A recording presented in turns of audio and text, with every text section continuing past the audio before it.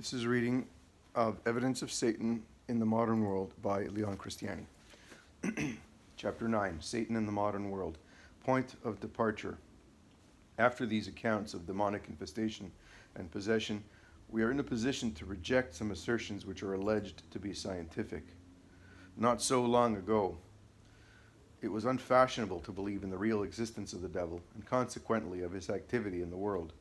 The following is a typical example of the contempt of so-called scientists for the teaching of Catholic theology. At first glance, nothing could be more decisive than this extract, yet in our view, nothing could be more inadequate or untrue.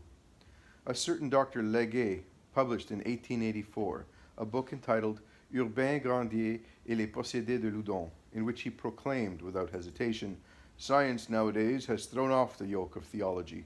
It no longer admits explanations based on divine or diabolic influence. Eminent teachers have, for a long time, been studying the peculiar neuropathological disorders which were formerly considered supernatural in origin. Thanks to their work and the stimulus they have given to contemporary research, that imaginary being, Satan, has completely disappeared. His place has been taken by general consent by scientific reality. Like all other patients, hysterics fall within the province of the doctor and not of the priest or monkish exorcist." Footnote, quoted by M. de la Bigne de Villeneuve, Satan dans la Cité, Paris, undated, page 50. But Dr. Leguet's opinion is no longer shared by all doctors. Much closer to our times, a well-known psychiatrist, Professor Jean Lermite, who died in February 1959, expressed a quite contrary opinion in the review Ecclesia of October 1954 under the title, "Are Possessed Persons Mad?" He stated categorically, "Although critical and scientific inquiry has cleared up many obscurities and spoilt many a myth, it is nonetheless true that in our modern world there are a considerable number of possessed persons, and I base this assertion on long personal experience. It is therefore permissible to believe in the devil and in infestation and the facts of possession without incurring a reproof from the most exacting of sciences. For a Catholic, Satan is someone. Satan is not an abstraction, an invention, a character in fiction, the hero of a novel. Neither is Satan the mythical explanation provided by ignorance for those nervous disorders which are properly the domain of medicine and have nothing to do with theology. But we should not forget that the spectacular episodes we have recorded here are not the essence of Satan's activity amongst men. The facts of possession might be compared with analogous manifestations of a contrary nature, such as the appearance of the Blessed Virgin or of the saints. These manifestations are intended to stimulate the mind and revive faith. But the action of God, of the Blessed Virgin, or of the saints, their inner, profounder, daily, incessant action through grace is infinitely more important. Similarly, the fact of the presence of Satan in institutions and customs, in human, individual, family, national, and international life is something infinitely vaster, more serious, and more dangerous for us all. If some unfortunate woman is possessed and subjected by the devil to all manner of humiliating experiences, such as we have seen, it is very painful for her and impressive to us. But if whole nations are, in a certain sense, under the dominion of Satan, to the extent of undergoing a kind of collective possession, as seems to be the case in our time, it is infinitely more terrifying and can have far more devastating effects. Method of discrimination. Although the ritual lays down the tests by which true possession can be distinguished from a neurosis, even though the two may indeed be found together, can we do the same for what we have just described as collective possession? It is difficult, to be sure. Here we are left to our own conjectures. The ritual provides no exorcism for a nation nor for humanity at large. No doubt the fact that an enlightened pope such as Leo XIII felt it necessary to add to every private mass an exorcism characterized by the invocation of Saint Michael indicates that he, at any rate, believed in a demonic infestation peculiar to our age. The whole question lies in the reasons for this opinion and our means of discovering the presence of Satan in the modern world. There are two parallel hazards to be avoided in any solution we may propose. The first would be to attribute so much to satanic activity that human responsibility would be eliminated. The second would be to attribute nothing to him, on the pretext that human malice alone is sufficient to explain all the terrifying events we are obliged to witness. Both men and devils may well be responsible for the evils of which we complain, and which are either present or imminent. There is a corpus mysticum of Christ, of which we like to feel we are a part, but there is also, or can be, a corpus mysticum satanicum, which incorporates all the destructive will of humanity and hell. In a text which the Roman Breviary lays down as reading for the first Sunday of Lent for clerics who have entered sacred orders, Gregory the Great says, "Assuredly the devil is the head of all the wicked iniquorum, and all the wicked are members of his body." Then he mentions those who are members of this diabolic body: Pilate, those who crucified Christ, and so on. On this head there are few, even amongst Christians, who have not run the risk at one time or another of becoming members of Satan. But the sin which is regretted as soon as it is committed, the sin for which no one knows how to do penance, does not, properly speaking, entail an involvement with Satan. It is an accident, a false step, a lapse. It does not prevent spiritual progress. The corpus mysticum of Satan is composed of human beings who have made themselves his accomplices, who willingly submit to his suggestions, and who live by his inspiration and principles. Manifestations of Satan. Let us examine the question more closely. The means of recognizing the presence of Satan is provided by the Gospels, the source of all light. Christ has said certain things about Satan on which we should meditate. Speaking to the Pharisees who never ceased to harass him, he said one day, "You belong to your father, that is the devil, and are eager to gratify the appetites which are your father's. He from the first was a murderer, and as for truth, he has never taken his stand upon that. There is no truth in him. When he utters falsehood, he is only uttering what is natural to him. He is all false, and it was he who gave falsehood its birth." John chapter 8, verse 44. This should be clear enough. If we wish to know how Satan manifests his presence amongst us in our own times, we must try, on the one hand, to discern the great lies of our time and the progress made in the art of killing men. On the other, the deeper an age is impregnated with falsehood, the more the life of man is held in contempt and overshadowed by the threat of death, the more Satan is present. It seems impossible to question that falsehood and homicide are the two indications of the presence of Satan. We shall therefore be on firm ground in asserting that he is present at the heart of the major falsehoods and the major massacres or threats of massacre we observe in our time.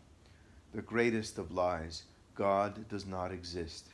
If there is one falsehood above all others which has obtained more widespread currency than in any previous period, it is the negation of God, to which we may add, by analogy with a man and his shadow, the negation of the devil.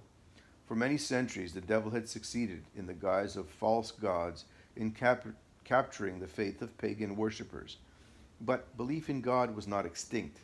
As St. Paul said to the Athenians, "Men of Athens, whenever I look, I find you scrupulously religious."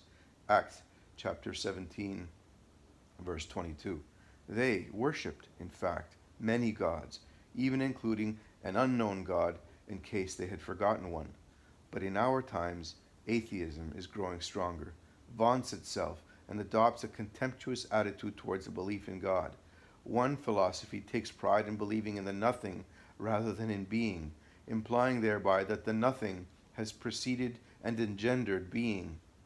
In contemporary atheism, which we denounce as the most colossal, the most hateful, and culpable of lies, we may distinguish two trends, one more serious than the other: theoretical atheism, the atheism of materialism, scientism, agnosticism, and certain forms of existentialism, and practical atheism, that of men preoccupied with their businesses, the affairs of this world, the calculations of politics, trade, even scientific research and technical invention, to the extent of no longer finding any place for God in their lives. In many countries, theoretical atheism is nowadays to be found in the highest circles of power and authority. It is hardly necessary to specify this or that country, this or that government, this or that national leader, for whom theoretical atheism is a law of being. We can hardly doubt the existence of a collective possession in such cases. The trend started with isolated writers, with the libertines as they were called in the 17th century France, with the philosophers as they were called in the 18th, and with the freethinkers as they are called nowadays. Some protested their incredulity in the most moving terms. A page of Nietzsche is often quoted, although it is true that he puts his words into a madman's mouth. He is right, for there is much in common between madness and possession. "Where is God?" he cried. "Let me tell you, we have killed him, thou and I. We are all his murderers." But how have we done that? How have we been able to drink the ocean? Who has given us the sponge with which we have obliterated the horizon? What have we done in separating this earth from its sun? Where is it going now? Where are we going? Far from all suns? Are we not even now falling headlong, backwards, sideways, forwards, on all sides? Is there still a top and a bottom? Are we not wandering in an immeasurable void? Do we not feel the wind of the infinite spaces? Is it not getting colder? Is not the night darker? Must we not light our lamp at midday? Can you not already hear the sound of the grave diggers who are burying God? Can you not already catch the smell of God's decay? For the gods too decay. God is dead. God will stay dead, and we have killed him. With an accent, what an accent of regret, of remorse, of rage and of terror. No doubt, this is the greatest of all lies, the lie of lies. To say that God does not exist is the same as saying being does not exist. The word God means, in effect, he who is. In the words of Victor Hugo, il est éperdument. Yet, we see before our eyes great peoples subject to the rule of atheists, who profess their atheism openly, who mock at religion, who reject anything which cannot be verified by science as they understand it. That is to say, transforming the absolute into a pure contingency. Things have reached such a pitch that we may well ask whether certain masters of the world, a world that with modern communications has grown so small, are not purely and simply Satan's lieutenants, even the mediums of Satan. A medium of Satan. This very word was applied to Satan by Dom Alois Maget in his important work, Satan, published some years ago by the Études Carmélitaines d'Eclé, 1948. Since the man is dead, we can mention his name. In the case of the living, it is not necessary, since the reader will easily be able to supply them for himself. To quote Dom Alois Maget, whose words are so vigorous and concise, "The medium," he writes, "through whom Satan was beginning to overthrow all norms of law and morality, which had hitherto, in spite of a progressive de-Christianization, been generally respected, this medium was Adolf Hitler. There is no shorter, apter, clearer definition of Hitler's character than the comprehensive epithet, medium of Satan. If it is characteristic, without exception, of all mediums, that they are of low moral caliber, both in character and personality, this is a fortiori true for a medium of the devil. No one who is not a prey to phantasmagoria can consider Hitler a great personality, from the point of view of character and morality. At the Nuremberg trials, General Jodl said of him, he was a great man, but an infernal great man." Satan, Locksit, page 639. Lying and homicide. We find both these characteristics fully developed in the career of a man like Hitler. Could we not say the same, or even more, of his rival, Stalin? The presence of Satan in our age and time, and the collective possession of whole peoples, can hardly be doubted on the evidence of Nazism, which was fortunately ephemeral in Germany, and more formidably because more lasting, menacing, and arrogant on the evidence of communism in immense countries such as Russia and the People's Republic of China. We may believe that Satan is engaged in preparing the most terrifying catastrophe that can be imagined, all the more so in that lies nowadays are backed by hitherto unknown instruments of mass homicide. But before considering this second aspect of satanic activity, we should devote a little more time to considering the power of falsehood as we see it at the present moment. Lies and contradictions. The negation of God is the first, most serious of falsehoods in our present world, but it is not the only one. We are deep in falsehood, immersed in lies, so that we practically breathe falsehoods without being aware of it. The emblem of this falsehood is contradiction. If God does not exist, who then is God? We do not say the devil, since his passion to secure the denial of God, the devil prefers to deny rather than to reveal his own existence. A modern atheist, whilst denying the existence of God, is also prepared to deny the existence of the devil. Only man remains. We, therefore, are gods. Our science, our techniques, our intelligence have sovereignty over everything. We are gods, but we have no souls, since matter alone exists. Or if we have souls, an expression meaning simply that we live and think, there is no question of these souls being immortal. When a man dies, everything dies. If God is dead, every time a man dies, it is a God who dies. To deny the existence of God, of Satan, of an immortal soul, to deny to deny any distinction between good and evil, to deny the existence of sin, of virtue, of heaven and hell, there are some of our lies by negation. And if, and if after that we glorify ourselves, if we transform ourselves into the only gods that exist, it is pure contradiction. Being and nothing are confused. By suppressing all religion, we make nihilism the only religion possible. And since that does not suppress the great speeches, the grand promises, and especially the grand illusions, once again, everything, whether politics or philosophy or present-day agitation, is reduced to an immense contradiction. Now we talk of nothing except of conquering not only the world, but the starry spaces. And all this is only chicanery, a futile demonstration of power. It is all nothing but vanity and despair. All the time human beings are multiplying at such a rate that some statesmen are alarmed. Scientists calculate the number of mouths this planet can feed and are aghast at the million bowls of rice which will be required in 40 years' time, or perhaps earlier, to feed China alone. And only two solutions are envisaged: either to sterilize the source of life in the mother's body, or destroy a large part of humanity in a monstrous war. This is the outcome of the divinization of man. We should rather say of his satanization. Falsehood and contradiction, such are the first indications of the presence of Satan in the modern world. Satan the murderer. But the second indication, the threat to or the destruction of human life, is no less visible. If there is one characteristic more than another which distinguishes our century from preceding ones, it is the prodigious increase in the power of our weapons of destruction. From the first recorded history of man, even from the time of Cain and Abel, which is early enough, there have been wars.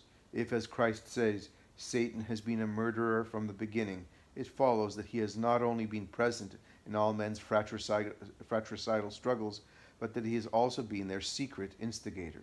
The progress in means of destruction is a satanic progress. But such progress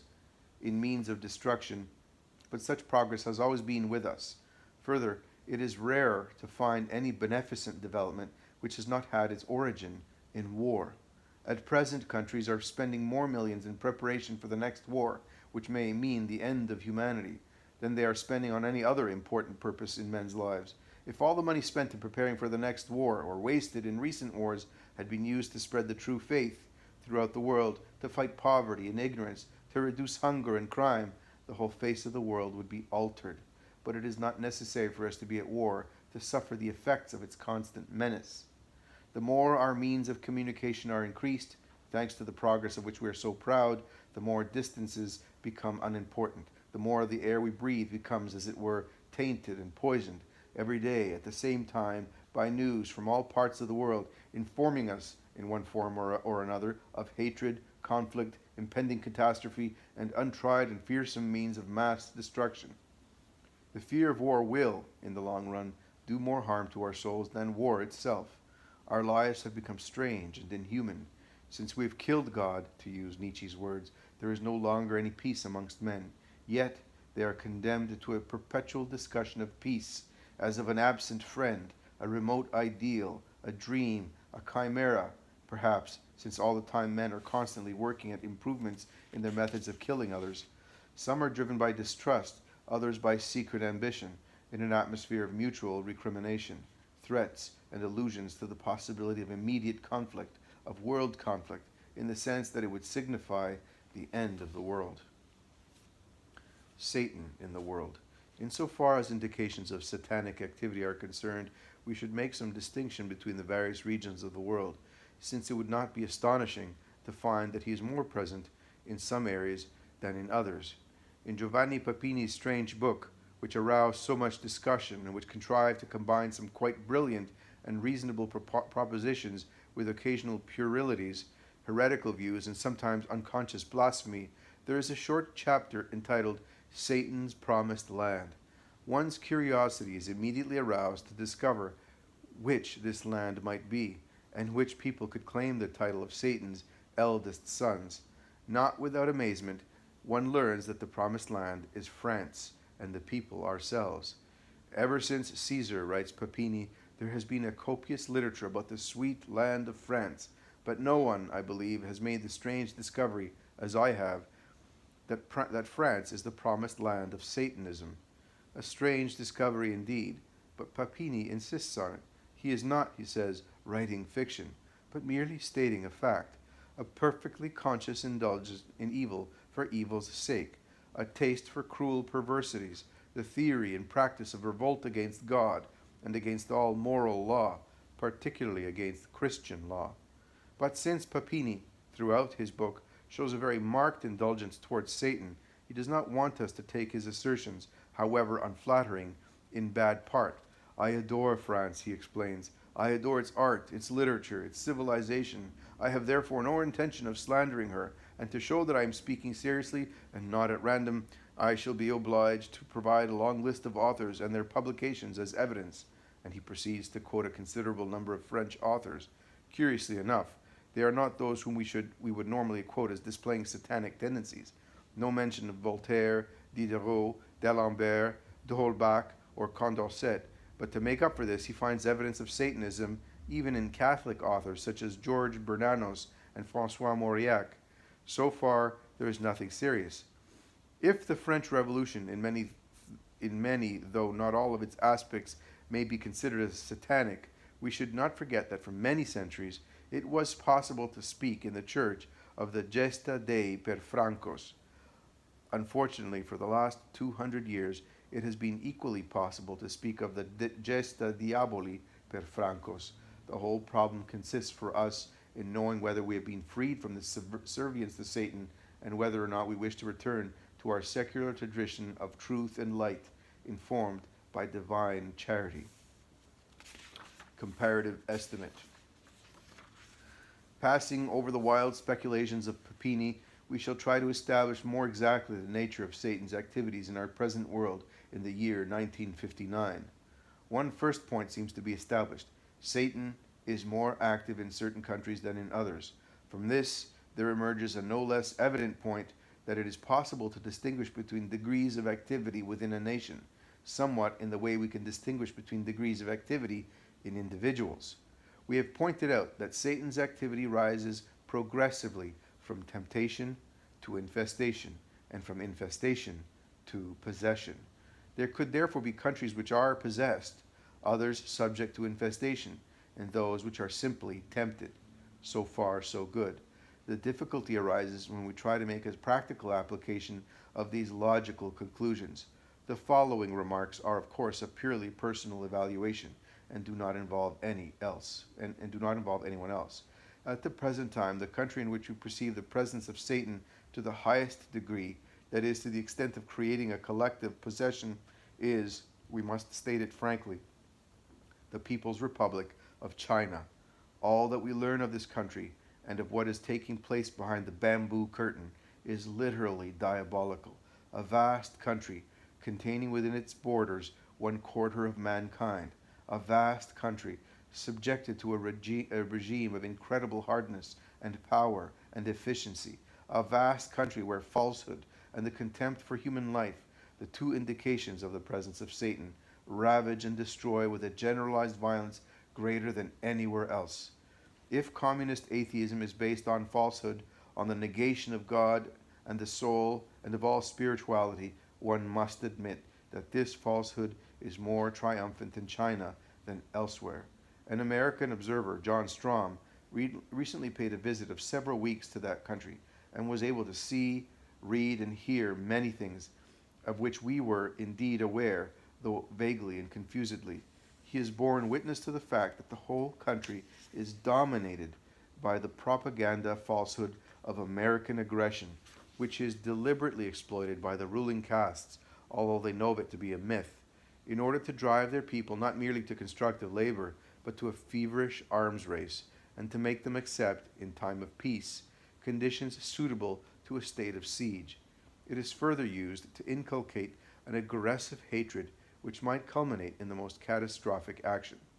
But this observer, although very careful in his description of economic and political problems, says nothing of the religious aspect. In matters of religion, China, as is known, practiced above all the cult of the family and its ancestors, together with a certain cult of idols. The number of Christians did not exceed 3 or 4 million out of 640 million. That is 1 in 200.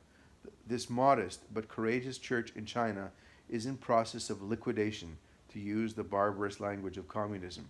Persecution has raged in the most brutal manner against Europeans, then against the best of the Christians.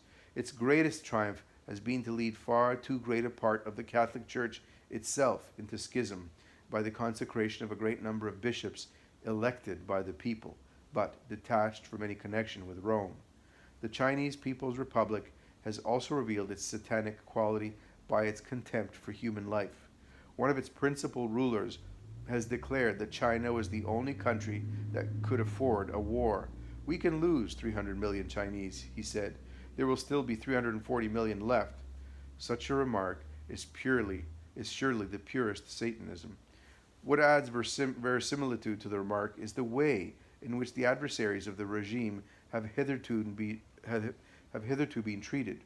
According to British estimates, from 800,000 to 1.5 million persons have been executed in 10 years. American estimates are even higher, ranging from 5 to 10, even to 20 million. The truth probably lies between the two estimates, but it is clear that the Chinese People's Republic was born in a bloodbath. What is happening in Tibet at the present moment is yet another proof. For the last 100 years, we've been accustomed to speak of the yellow peril. This peril is now imminent. It seems very probable that the conflagration which one day or another will consume the earth will be kindled in China. For all these reasons, and bearing in mind the millions of famished Chinese who will be born in the next 40 years, considering also the present mentality of the Chinese people and the supremacy of communist atheism in that part of the world, we feel entitled to speak of the collective possession of that distant country.